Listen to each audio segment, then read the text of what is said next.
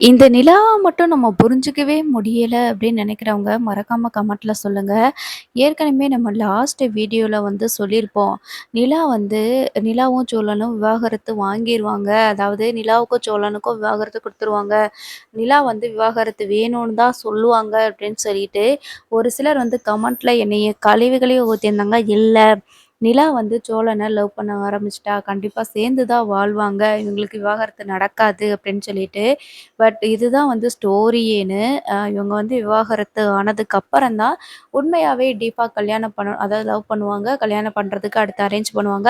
இவங்களுக்கு இடையில வரப்போற பிரச்சனைகள் தான் வந்துட்டு அடுத்தடுத்து நம்ம வந்து காட்ட போறாங்க அப்படிங்கிறத நம்ம ஏற்கனவே வீடியோல வந்து பழைய வீடியோலாம் போய் பார்த்தீங்கன்னா, அதில சொல்லியிருப்போம்.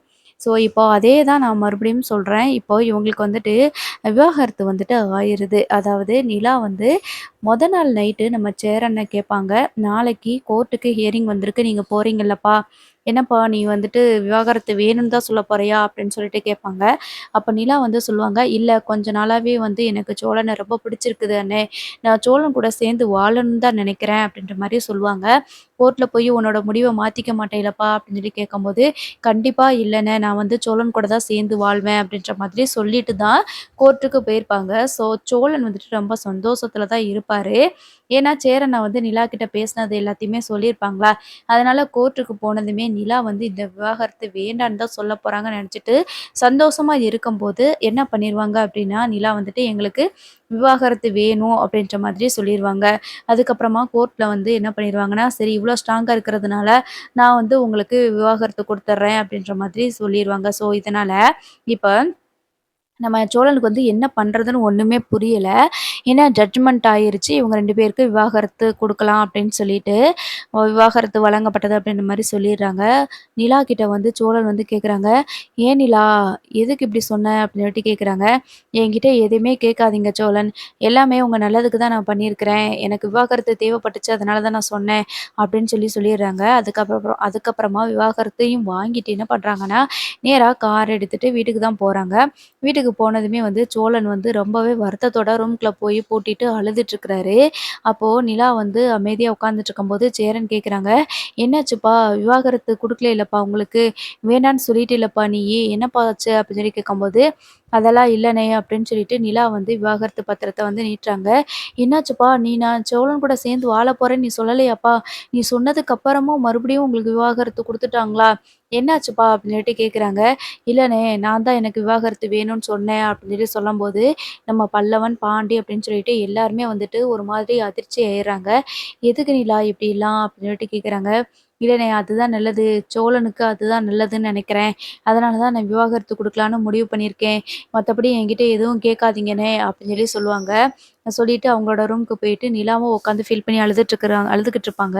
இப்போ சேரனா இருந்துட்டு, "என்னடா இப்படி ஆயிருச்சு? ஐயோ! இப்போ சோழன் என்ன மனநிலையில இருப்பான்னே தெரியலையே!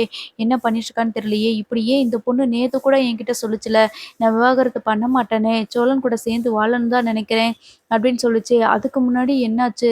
நிலா இப்படி போய் இந்த பொண்ணு போய் இப்படி போய் எனக்கு சொல்லிட்டு வந்துருச்சே! எனக்கு ரொம்ப கஷ்டமா இருக்கு. கோர்ட் வேற இவங்களுக்கு விவாகரத்து குடுத்துருச்சேடா! எது நடக்கக்கூடாது அப்படின்னு சொல்லிட்டு சோழன் நெனச்சானோ, அதுவே நடந்துருச்சே! அப்படின்னு சொல்லிட்டு ரொம்பவே வருத்தப்பட்டுட்டு இருக்கிறாங்க. அப்போ நம்ம பாண்டி இருந்துட்டு, "இப்படி ஆகும்னு நான் கொஞ்சம் கூட எதிர்பார்க்கவே இல்லண்ணே" அப்படின்னு சொல்லிட்டு, போய் சோழன போய் பார்த்து பேசலான்னு சொல்லிட்டு பாண்டி போறாங்க. சோழன் வந்துட்டு ரொம்பவே அழுதுகிட்டு இருக்கிறாங்க. அப்ப பாண்டி போனதுமேனு, "என்னடா இப்ப எதுக்குடா வந்த? நீ தான் நேத்து சொன்னேல்ல, எங்கள மாதிரி நீயும் லவ் பிரேக்கப் ஆகி உட்காந்து அழுக போற அப்படின்னு சொல்லி சொன்னேல்ல, நீ சொன்ன மாதிரி நடந்துருச்சு. நீ ஆசைப்பட்ட மாரியே நடந்துருச்சு. இப்ப சந்தோஷமா உனக்கு?" அப்படின்ற மாதிரி சொல்றாங்க. உடனே சேரன் வந்து, "என்னடா சோழா என்னாச்சு?" அப்படின்னு கேட்குறாங்க. "நீங்க எல்லாரும் தானே ஆசைப்பட்டீங்க, விருப்பப்பட்டீங்க. இந்த சோழன் ரொம்ப கெட்டவன். எப்படினாலும் போயிட்டு போறான். அந்த பொண்ணு நல்ல பொண்ணு. இவன் கூட சேர்ந்து வாழணும் தலையெழுத்தா? பிரிஞ்சிரட்டும் அப்படின்னு சொல்லி நீங்க தானே நினைச்சீங்க. அதே மாரியே பிரிஞ்சாச்சு போதுமா?" அப்படின்னு சொல்லி சொல்றாங்க.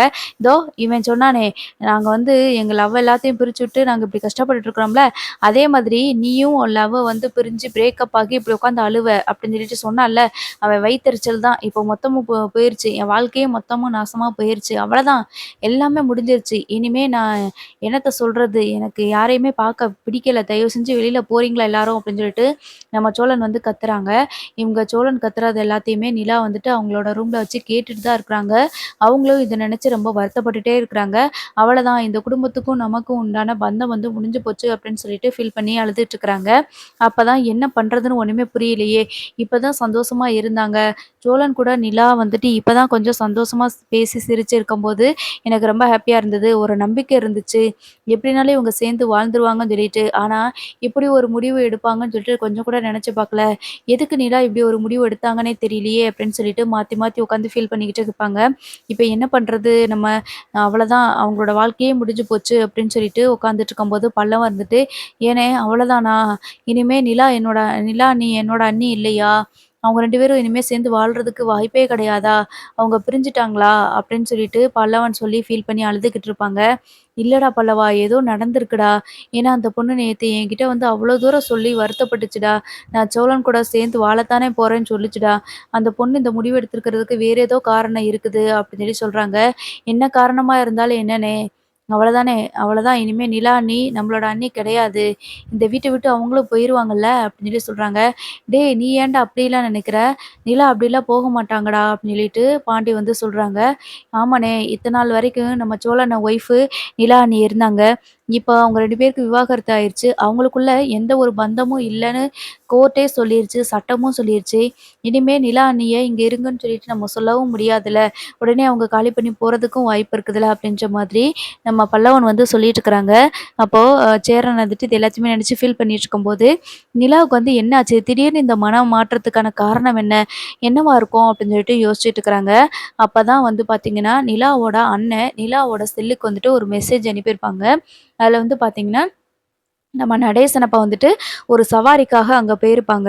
அந்த சவாரிக்காக போன இடத்துல, நம்ம நடேசன் அப்பாவ இவன் வந்துட்டு நிலாவோட அண்ணன் வந்து தாஸ் வந்து கடத்தி வச்சிருக்கிற மாதிரியும், அத வந்து கட்டி போட்டு வச்சிருக்கிற மாரியும், அத வந்து ஒரு ஃபோட்டோ எடுத்து நிலாவோட செல்லுக்கு அனுப்பி வச்சிருப்பாங்க.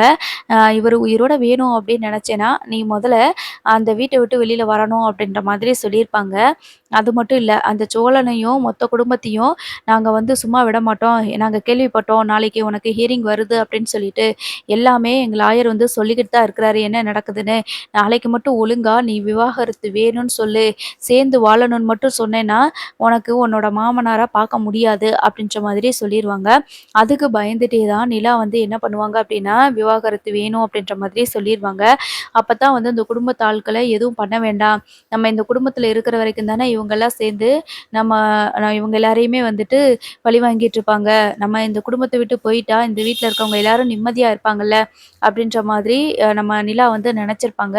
ஸோ, அதனால தான் என்ன பண்ணுவாங்கன்னா, மறுநாள் காலையில கோர்ட்ல வந்து அந்த மாரி சொல்லியிருப்பாங்க. நைட் அந்த இமேஜ பார்த்துட்டு அப்போ கோர்ட்ல வந்துட்டு இது சொன்னதுக்கு அப்புறமா மறுபடியும் நிலா வந்துட்டு, "நீ சொன்ன மாதிரியே நான் செஞ்சுட்டேன். தயவு செஞ்சு அவர விட்டுரு. அவர எதுவும் பண்ணிறாத." அப்படின்ற மாதிரி சொல்லுவாங்க. ஏன்னா ஏற்கனவே சோழன அடைச்சு வச்சு, எப்படியாவது சோழன முடிச்சு விட்டுறணும் அப்படின்னு சொல்லி தான் தாஸ் வந்து நெனச்சிருப்பாப்ல.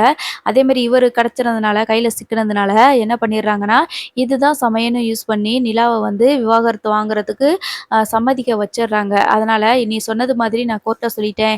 இப்ப அவர தயவு செஞ்சு விட்டுருன்னு" சொன்னதுக்கு அப்புறமா, அவங்கள வந்து விட்டுர்றாங்க. ஸோ இப்படிதான் நடக்குது. பார்ப்போம் அடுத்து என்ன நடக்குதுன்னு.